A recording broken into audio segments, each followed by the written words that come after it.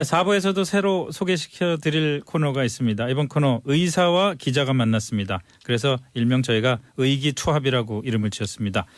요즘 많이 쓰는 신조어 중에서 케미라는 게 있죠. 서로 궁합이 좋다, 좋은 만남이다, 잘 통한다 이런 뜻인데 이 두 분 궁합은 어떨지 한번 기대를 해보겠습니다. 먼저 경영학을 전공한 정신과 의사라는 독특한 이력을 가지신 최명기 원장 나오셨습니다. 안녕하십니까? 네, 반갑습니다. 네. 그리고 시사 분야에서 1인 미디어로 아주 확고하게 자리를 매김하셨죠. 고재열 기자 모셨습니다. 네, 안녕하십니까. 자, 시사 전문 기자와 정신과 전문의가 만난 건데 앞으로 어떤 얘기 해주실 건지 의기투합 어떻게 하실 건지 각자 좀 소개 좀 해주시겠어요? 고재열 기자 먼저 좀 해주시죠. 네. 일단 최명기 원장님이 정신적인 분석을 해주실 것 같아서 저는 좀 물질적인 분석이요. 그리고 어떤 개인 차원에서 분석을 하신다면 저는 네. 좀 이제 사회적 차원으로 해서 네. 어떤 우리가 사회 이슈에 대해서 되도록이면 좀 더 다양한 각도에서 한번 생각을 해보자. 그럼 좋죠. 네, 그런 측면에서 한번 살펴보도록 하겠습니다. 네. 자, 최명기 원장님. 저는 이제 물질적이고 사회적인 얘기를 갖다 해주시면은 거기에 기여하는 핵심이 되는 문제가 되는 어떤 개인의 심리에 대해서 말씀드리고자 합니다. 네, 알겠습니다. 기대 많이 하겠습니다. 자, 오늘 두 분이 분석해야 될 첫 인물. 이왕 시작하는 거 크게 하려고 저희가 전 세계 주목을 받고 있는 인물 하나를 선택했습니다. 북한의 김정은입니다. 예. 분석하기 어떻게 보면 쉬울 수도 있다는 생각도 들고요. 어떻게 보면 굉장히 어려울 수도 있다는 생각이 드는데 먼저 고 기자님께 질문을 드리죠. 지금 이제 육체 핵실험이 뜨겁게 지금 이슈를 달구고 있는데 네. 핵 이렇게 핵폭탄에 매달리는 이유를 우리가 대외적인 이유는 우리가 잘 알잖아요. 뭐 예. 미국을 압박해서 체제 보장을 얻어내는 거다. 근데 이게 대내적으로도 또 이렇게 핵에 몰두하는 이유가 있을 것 같다는 생각이 들어요. 뭐 대내적으로 북한 내부를 결속하고 네. 주민들에게 가시적인 성과를 보여줌으로써 본인의 어떤 지도력도 보여주고 탈북민도 방지하는 뭐 이런 이유들을 들었는데요. 네. 그럴 것 같습니다. 그러니까 우리가 보기에 도대체 왜 저러냐 그런 그렇죠. 생각이 들지 예. 않습니까? 그런데 김정은의 입장에서는 이럴 수밖에 없는 이유가 명확한 것 같고요. 그리고 최근에 그것에 대해서는 푸틴 러시아 대통령이 아주 잘 설명을 한 것 같아요. 네. 김정은 저럴 수밖에 없다. 김정은이 본 카다피나 그리고 후세인이 저렇게 이제 저런 꼴을 당하는 것은 그런 것은 대량 살상 무기를 포기했기 때문에 중간에 그렇기 때문에 그런 걸 당했기 때문에 저 부분은 김정은이 포기할 수가 없다. 그래서 제재를 통해서도 말릴 수가 없고 대화로 해결할 수밖에 없다. 그런 얘기를 했었는데 뭐 푸틴이 잘 설명을 했던 것 같습니다. 결국 대량 살상 무기 무서운 거 하나 갖고 있어야지 미국도 함부로 건드리지 못한다. 뭐 이런 결국 그런 얘기죠. 네. 내부적으로 또 그런 얘기도 있더라고요. 이렇게 핵폭탄을 보유하면은 굳이 재래식 그 군사 무기나 병력을 많이 보유할 필요가 없으니까 남은 자원들을 또 농경 인력으로 돌릴 수도 있다. 생산성이 향상될 수 있다. 이런 얘기도 있는데 결국 본질은 살기 위해서 센 무기 하나 갖고 있어야 된다. 이런 거 아닌가 싶은데. 그것에 이제 우리가 최근에 그 삼성그룹 재판을 보셨으면 아시겠지만 삼성이라는 큰 회사가 거기에서 이제 가장 중요했던 것은 오너 일가의 이 지분이었잖아요. 지분 정리하고 그래서 상속을 하고 그 문제가 가장 중요한 부분이었는데 북한 문제도 북한 내부의 여러 가지 사정이겠지만 결국은 김정은이라는 사람이 어떻게 권력 이양을 잘 마무리 짓고 권력 기반을 탄탄히 하느냐 거기에 맞춰서 미사일이나 핵실험도 우리가 이해할 필요가 있을 것 같습니다. 김정은 입장에선 그러면 합리적인 그 판단을 하는 거네요. 그렇더라도 그 또 비합리적인 부분도 일정 부분은 있는 것 같아요. 예. 김정은을 쭉 보다가 보면은 김정은은 처음부터 이렇게 본인이 북한의 지도자라고 내정되어 있는 안정된 상황은 아니었던 것 같아요. 그렇죠. 그래서 이제 물론 김정남이라는 배다른 형이 있었고요. 그렇기 때문에 이제 김정은이 스위스에서 공부한 것도 어떤 의미에서 유학이기도 했지만 사실은 어떤 안전을 위해서 거리를 갖다 확보한 부분도 있었던 거예요. 북한 내에 어떤 격변이 일어나거나 그러더라도 고영희 입장에서 자기 아들들은 그래도 그 온전하게 있어야 되니까 약간의 거리를 갖다 둔 거죠. 그렇기 때문에 스위스에 있었을 때도 이따가 별 문제 없으면 북한에 오고 북한에 왔다가 스위스에 가느라 그래서 또 공부 안 하고 왔다 갔다 하는 시간도 굉장히 많대요. 그렇기 때문에 김정은은 상당 부분 굉장히 불안하고 약간은 소심한 상태로 어렸을 때를 지냈을 가능성이 높아요. 그러다가 이제 처음에 딱 이제 북한의 지도자가 되고 나서 제일 처음에는 물론 저희 제 기억이 약간 희미할 수도 있겠지만 제일 처음에는 이렇게까지 열심히 핵을 갖다 연구하고 내세우고 그렇지 않았던 것 같아요. 제 초기에는. 김정은 초기에요. 네. 예. 자리를 잡지 못해서 그런 부분도 있었지만 이 핵은 김정일의 입장에서는 업적이 될 수 있었거든요. 네. 왜냐하면 김정일은 김일성이랑 그다지 사이가 좋지 않았어요. 네. 그런데 김일성은 어떤 의미에서 나라의 첫 번째 북한의 지도자였잖아요. 네. 김정일은 김일성이랑 비교하면 아무것도 한 게 없는 거예요. 사람들이. 그러니까 김정일도 내부 결속도 해야 되지만 네. 본인도 뭔가 다른 게 있어야 되거든요. 네. 그렇기 때문에 핵을 개발해서 내가 북한을 완전히 안전히 해주겠다는 게 김정일의 업적이었던 거거든요. 네. 그래서 처음에는 김정은이 약간의 거리를 뒀던 거예요. 김정일의 업적이었던 거고 거리를 두고 본인은 다른 거를 갖다 모색했었던 거지요. 예. 그러나 아무리 노력해도 본인이 물려받은 이 북한이란 낡은 나라가 본인이 처음에 지도자가 되면서 꿈꿔왔던 거로 변화가 불가능한 거예요. 돌파구가 없는 거지요. 그러네요. 네. 그러다가 보니까 거기에서 물론 이렇게 합리적인 이유도 있지만 또 비합리적인 이유는 본인도 자기 나라를 만들고 나서 자기 나라에서 뭔가 다른 나라에 없는 것도 있어야 되고 예. 뭔가 내세울 게 있어야 되고 네. 그리고 스스로도 밤에 잠을 자다가 보면은 난 뭔가 했어란 느낌이 하나는 있어야만 된다는 어떤 심리적 압박감도 약간은 굉장히 강한 거고 그리고 그 심리적 압박감이 본인이 다른 부분은 다 근대화되어 있지 않더라도 수속폭탄 하나라도 굉장히 근대화된 기구가 근대화된 네네. 부분이 부분이 있으면은 본인이 마치 현대 국가를 갖다 운영하고 있다는 일종의 심리적인 위안도 받을 수 있는 거죠. 재밌는 분석이네요. 그 좀 더 김정은 개인에 깊이 들어가 보면은 김정은의 나이가 지금 한 30대로 추정은 되는데 정확한 네. 나이는 사실 공개가 되지 않고 82년생에서 84년생 뭐 그 정도로 예. 얘기가 되고 있잖아요. 이게 그 의도적으로 이렇게 나이를 숨기는 이유는 뭐라고 보십니까? 고 기자께서. 네, 그게 이제 백두혈통 같은 경우에 지금 사실은 김정은의 자녀들도 이 뿌옇게 성별 정도만 알고 있고, 네. 예, 그리고 이제 정확하게 이름이나 둘째 정도 아마 이름하고 알고 있고 나머지는 대충 알고 있잖아요. 얼마 근데 전에 셋째 낳았다던데. 네. 그래서 이제 그런 것들은 어떻게 보면은 보호가 목적인 것 같고 왜냐하면 네. 알려질수록 더 좋을 일은 없을 것 같아요. 네. 그럴 수 그래서, 있겠죠. 뿌옇게 놔두는 것 같고 아까 모두의 이제 이 소장님께서 배달인 형제라는 말을 했었는데 네. 어떻게 보면 그런 그 혈통에 대한 컴플렉스는 김정은에게 있을 수밖에 없었던 것 같습니다. 그런 그 형은 정통 백두 혈통인데 네. 본인은 어머니가 또 이제 제일교포 출신이고 그렇죠. 그래서 그런 부분에 대한 것도 있었고 그리고 그렇게 이제 중고등학교를 전부 베른에서 스위스 베른에서 나왔는데 보면은 이 삼촌이었던 김평일 같은 경우는 이제 네. 계속 평생을 밖에 있어야 되잖아요. 돌았죠. 그러니까 본인도 그렇게 이제 해야 되는 그런 이제 불안감도 있지 않았을까 싶고 네. 그래서 그러다가 어떤 지금까지 상당한 권력 의지는 보여줬는데 네.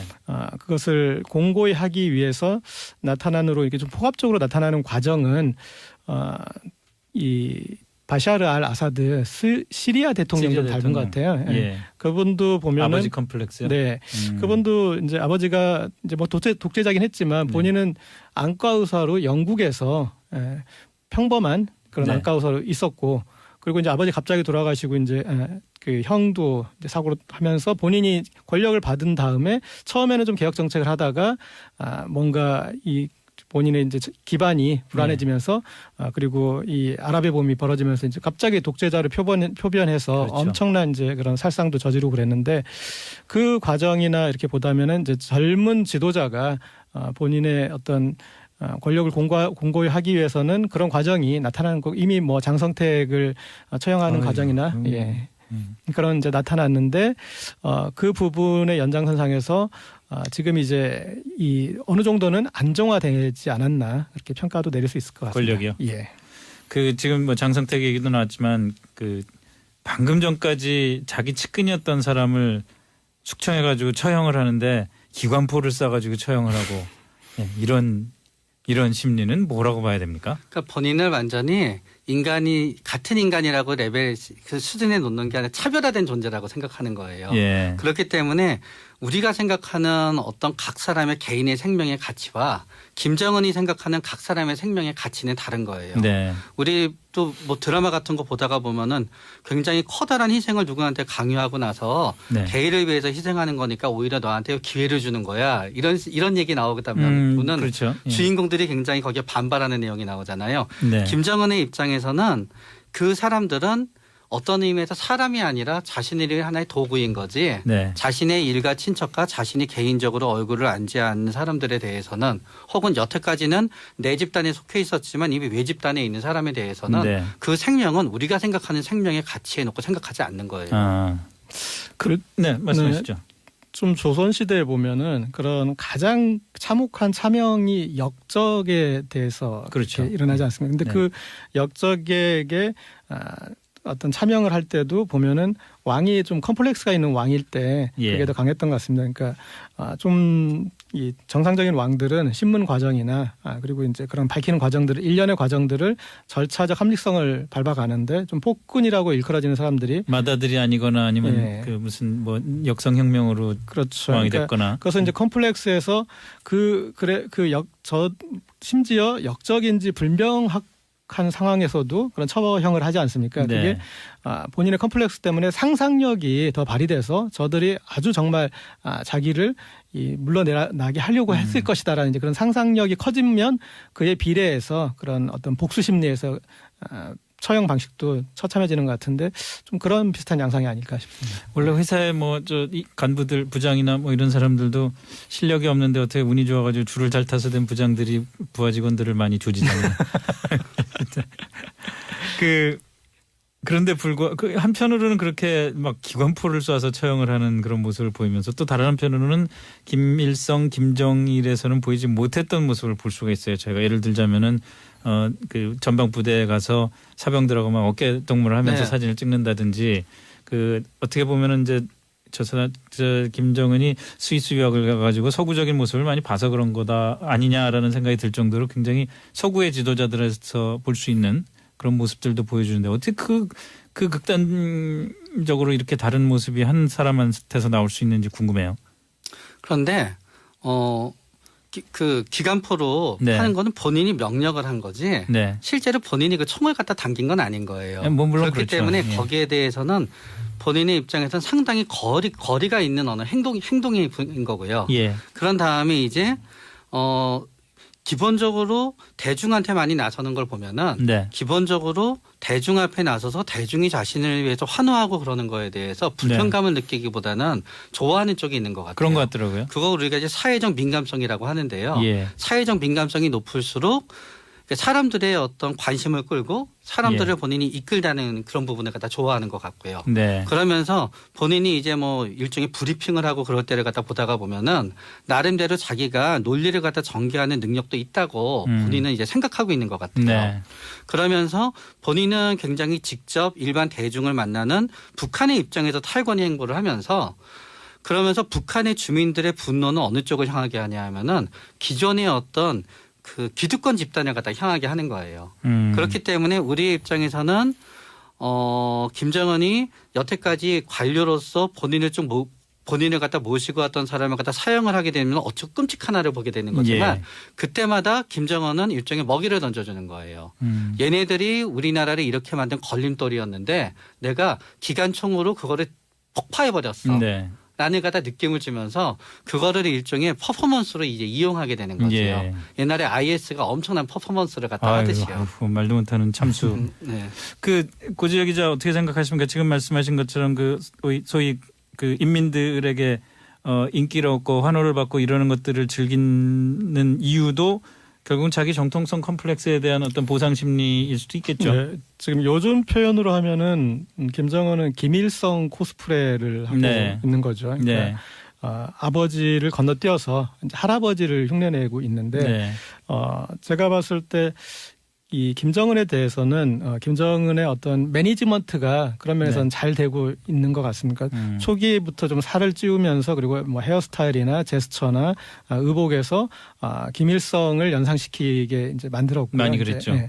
그래서 그리고 좀 김일성 하면은 북한 주민들이 연상하는 어떤 호탕함, 호방함 이제 그런 부분을 좀 닮게 하려고 사실은 나이가 어린 사람이 그런 제스처를 취하고 그런 식으로 행동한다라는 게는 어떻게 보면 되게 어색한 일이거든요. 그렇죠. 그런데 의도적으로 그렇게 하는 것은 이제 그런 게 있는 것 같고요. 네. 그리고 제가 이제 한 10여 년 전에 북한을 갔을 때 느꼈던 것은 우상화라는 건 우리가 생각하는 것보다 상당히 체계적이다. 어떻게 보면 사이비 종교의 어떤 체계를 구축하듯이 예. 체계가 잘 구축된 그런 사안이었습니다. 그래서 김일성에 대해서 신격화하는 부분이 있으면 김정일에 대한 부분은 절대 그걸 능가하는 부분이 없습니다. 예. 그러니까 예. 가장 높은 신이 네. 있고 그 다음 신에 김정일이 있기 때문에 그래서 제가 생각했을 때는 자연스럽게 김정은은 그 밑에 하나 구축되는 거. 지금도 보면은 사실은 주석이라는 자리는 김정일도 오르지 않았고 또 국방위원장이라는 자리는 김정은도 오르고 있지 않잖아요. 네네. 영구 이제 결변으로 이렇게 만들어놨는데 그런 식으로 되는 거에서 자연스럽게 이렇게 차곡차곡 그 밑에 3등신이 되어야 되는데 네. 거기에서 아버지를 건너뛰고 할아버지로 가는 그런 양상, 할아버지를 닮으려고 하는 양상에서 제가 봤을 때는 상당한 어떤 그 권력 의지를 좀 볼 수 있었습니다. 그런 것 같습니다. 근데 머리는 왜 그런 식으로 깎을까요? 그것도 보면은 북한에서도 김정일, 김정은 말고는 그런 헤어스타일 없는 것 같아요. 그렇기 때문에 우리가 그 트럼프 대통령과 김정은의 비슷한 점이 있다 그러는데요. 첫 번째는 머리를 신경 쓴다는 점이 두 분의 아주 비슷한 공통점이라고 맞습니다. 얘기를 많이 합니다. 예. 그렇기 때문에 어떤 점에 있어서는 아까 양면성을 얘기해 주셨는데요.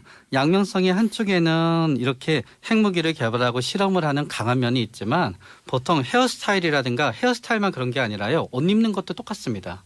그렇기 때문에 트럼프 대통령과 김정은의 또 비슷한 점이 뭔가 하면은 끝까지 이렇게 단추를 갖다 채우는 거를 마지막 단추까지요? 네, 좋아해요. 그렇기 때문에 상당히 그런 부분은 좀 약간 강박적인 측면이 있는 거예요. 예. 그렇기 때문에 헤어스타일을 갖다 그대로 고수한다든가 옷을 갖다 똑같이 입는다든가 예. 그런 부분은 아직도 베른에 있었던 뭔가 심리적으로 불안한 김정은이 있는 거고요.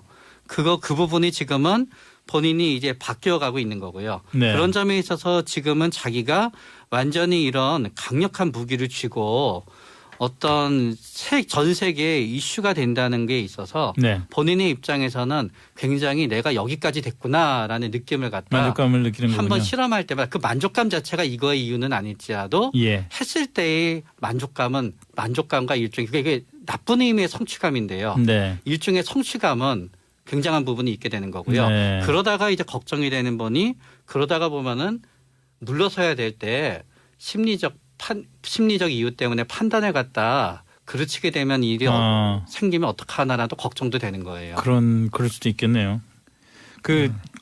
뭐 말씀하신 김에 그 트럼프를 비교를 하셨는데 머리 헤어스타일이라든지 단추 끝까지 잠그는 거 말고 굳이 트럼프와 김정은의 닮은 점이 있다면 어떤 게 또 있을까요? 또 이렇게 심리를 여쭤봤는데 네. 외형을 또 얘기해서 죄송하지만 그렇게 날씬하고 마른 건강한 체형은 아닌 것 같아요.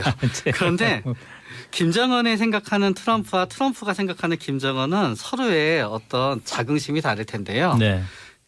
트럼프는 미국에서 전 세계에서 가장 커다란 나라의 대통령으로서 하겠지만 네. 김정은은 또 이렇게 생각할 거예요.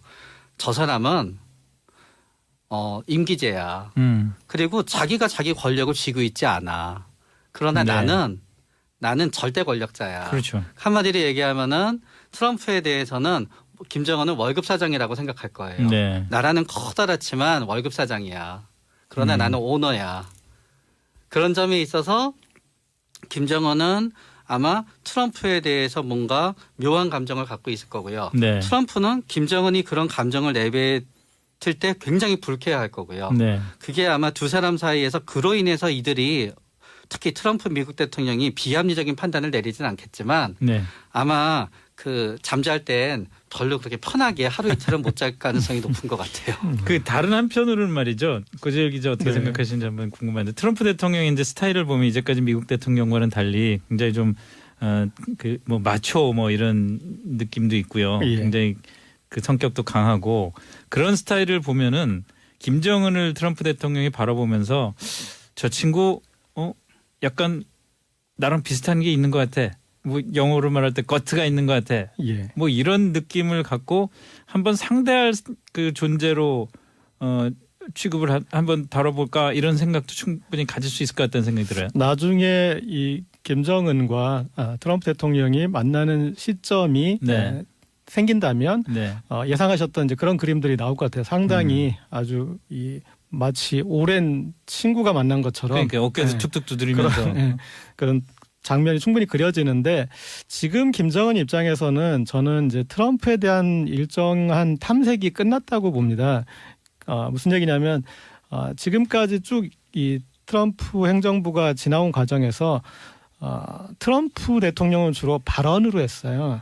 그러니까 행동으로 한 것들이 거의 없는 상황이고. 예, 무슨 말씀인지 네. 알겠습니다. 트위터와. 네. 그리고 이미 뭐 4월 위기설이나 그런 때, 그러니까 우리가 카드로 치자면 블러핑이라고 하는 예. 그 블러핑을 4월에도 하고 8월에도 지금 또 한 번 더 하고 계속 협박해서 협박을 그렇게 해서 해서 상대를 좀 힘들게 만들고 말이 얻어낼 건 얻어내는. 앞서는 사람이 된 예. 거고 상대적으로 봤을 때 김정은은 행동이 앞서는 뭐 그런 말보다 면이 미사일을 있네요. 먼저 쏘고 말보다 예. 핵실험을 또 먼저 하고 그래서 그리고 이 김정은 입장에서는 미사일과 핵에 대해서는 확실하게 할아버지와 아버지를 내가 뛰어넘었다. 네. 그러니까 보통은 이제 상속을 받은 사람인데도 불구하고 내가 비약적으로 우리 그룹을 키웠다. 네. 그래서 아주 그런 자수성가한 비슷한 느낌을 좀 가질 수 있을 것 같아요. 네. 그래서 그리고 지금은 이제 이 트럼프와의 어떤 거기에서도 심리적으로 우위를 저는 좀 가지고 있었다라고 생각하는 게 본인은 그 뒤에 이 과정에 가고 트럼프는 나를 어쩔 수 없다. 네. 그런 거에 대해서는 지금 단계에서는 뭐 비춰주기로 그리고 트럼프가 아무리 그래도 중국과 러시아가 거기에 봉쇄를 거들지 않지 않느냐. 그래서 지금은 거의 확신 단계에 접어들지 않았나 싶습니다. 알겠습니다. 자, 마지막으로 짧게 그냥 최 원장님께 여쭤볼게요. 김정은이 최근에 셋째 낳았다고 그러더라고요. 첫째가 7살짜리 아들이고 둘째가 한 4살쯤 된 딸이고 그런데 셋째를 낳았다는데 막내는 아들이라고 그러는데 보통 아이 셋까지 나면은 좀 아버지의 심정이나 뭐 자세가 좀 바뀌나요? 이 나라를 어떻게든지 물려줘야 되겠다라는 생각이 더 강해지게 되겠죠. 네, 남한에 왔으면 다둥이 카드를 받을 수 있었을 텐데. 글쎄 말입니다. 오늘 말씀 재밌게 잘 들었습니다. 오늘의 주제는 김정은이었고요. 다음 주에는 또 재밌는 인물을 갖고 여러 가지 분석을 한번 해보겠습니다. 두 분 의기투합하시기 바랍니다. 네. 고재열 시사인 기자, 최명기 정신과 전문의 두 분 오늘 감사합니다. 기여하는 핵심이 되는 문제가 되는 어떤 개인의 심리에 대해서 말씀드리고자 합니다. 네, 알겠습니다. 기대 많이 하겠습니다. 자, 오늘 두 분이 분석해야 될 첫 인물. 이왕 시작하는 거 크게 하려고 저희가 전 세계 주목을 받고 있는 인물 하나를 선택했습니다. 북한의 김정은입니다. 예. 분석하기 어떻게 보면 쉬울 수도 있다는 생각도 들고요. 어떻게 보면 굉장히 어려울 수도 있다는 생각이 드는데 먼저 고 기자님께 질문을 드리죠. 지금 이제 육체 핵실험이 뜨겁게 지금 이슈를 달구고 있는데 네. 핵 이렇게 핵폭탄에 매달리는 이유를 우리가 대외적인 이유는 우리가 잘 알잖아요. 뭐 예. 미국을 압박해서 체제 보장을 얻어내는 거다. 근데 이게 대내적으로도 또 이렇게 핵에 몰두하는 이유가 있을 것 같다는 생각이 들어요. 뭐 대내적으로 북한 내부를 결속하고 네. 주민들에게 가시적인 성과를 보여줌으로써 본인의 어떤 지도력도 보여주고 탈북민도 방지하는 뭐 이런 이유들을 들었는데요. 네. 그럴 것 같습니다. 그러니까 우리가 보기에 도대체 왜 저러냐 그런 그렇죠. 생각이 들지 예. 않습니까? 그런데 김정은의 입장에서는 이럴 수밖에 없는 이유가 명확한 것 같고요. 그리고 최근에 그것에 대해서는 푸틴 러시아 대통령이 아주 잘 설명을 한 것 같아요. 네. 김정은 저럴 수밖에 없다. 김정은이 본 카다피나 그리고 후세인이 저렇게 이제 저런 꼴을 당하는 것은 그런 것은 대량 살상 무기를 포기했기 때문에 중간에 그렇기 때문에 그런 걸 당했기 때문에 저 부분은 김정은이 포기할 수가 없다. 그래서 제재를 통해서도 말릴 수가 없고 대화로 해결할 수밖에 없다. 그런 얘기를 했었는데 뭐 푸틴이 잘 설명을 했던 것 같습니다. 결국 대량 살상무기 무서운 거 하나 갖고 있어야지 미국도 함부로 건드리지 못한다.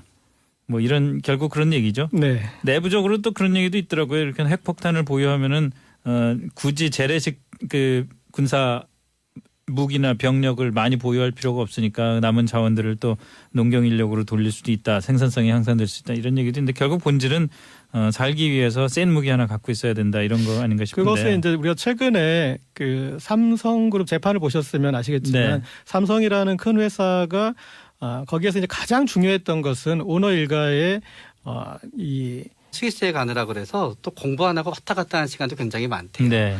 그렇기 때문에 김정은은 상당 부분 굉장히 불안하고 약간은 소심한 상태로 어렸을 때를 지냈을 가능성이 높아요. 네. 그러다가 이제 처음에 딱 이제 북한의 지도자가 되고 나서 제일 처음에는 물론 제 기억이 약간 희미할 수도 있겠지만 제일 처음에는 이렇게까지 열심히 핵을 갖다 연구하고 내세우고 그렇지 않았던 것 같아요. 제일 초기에는.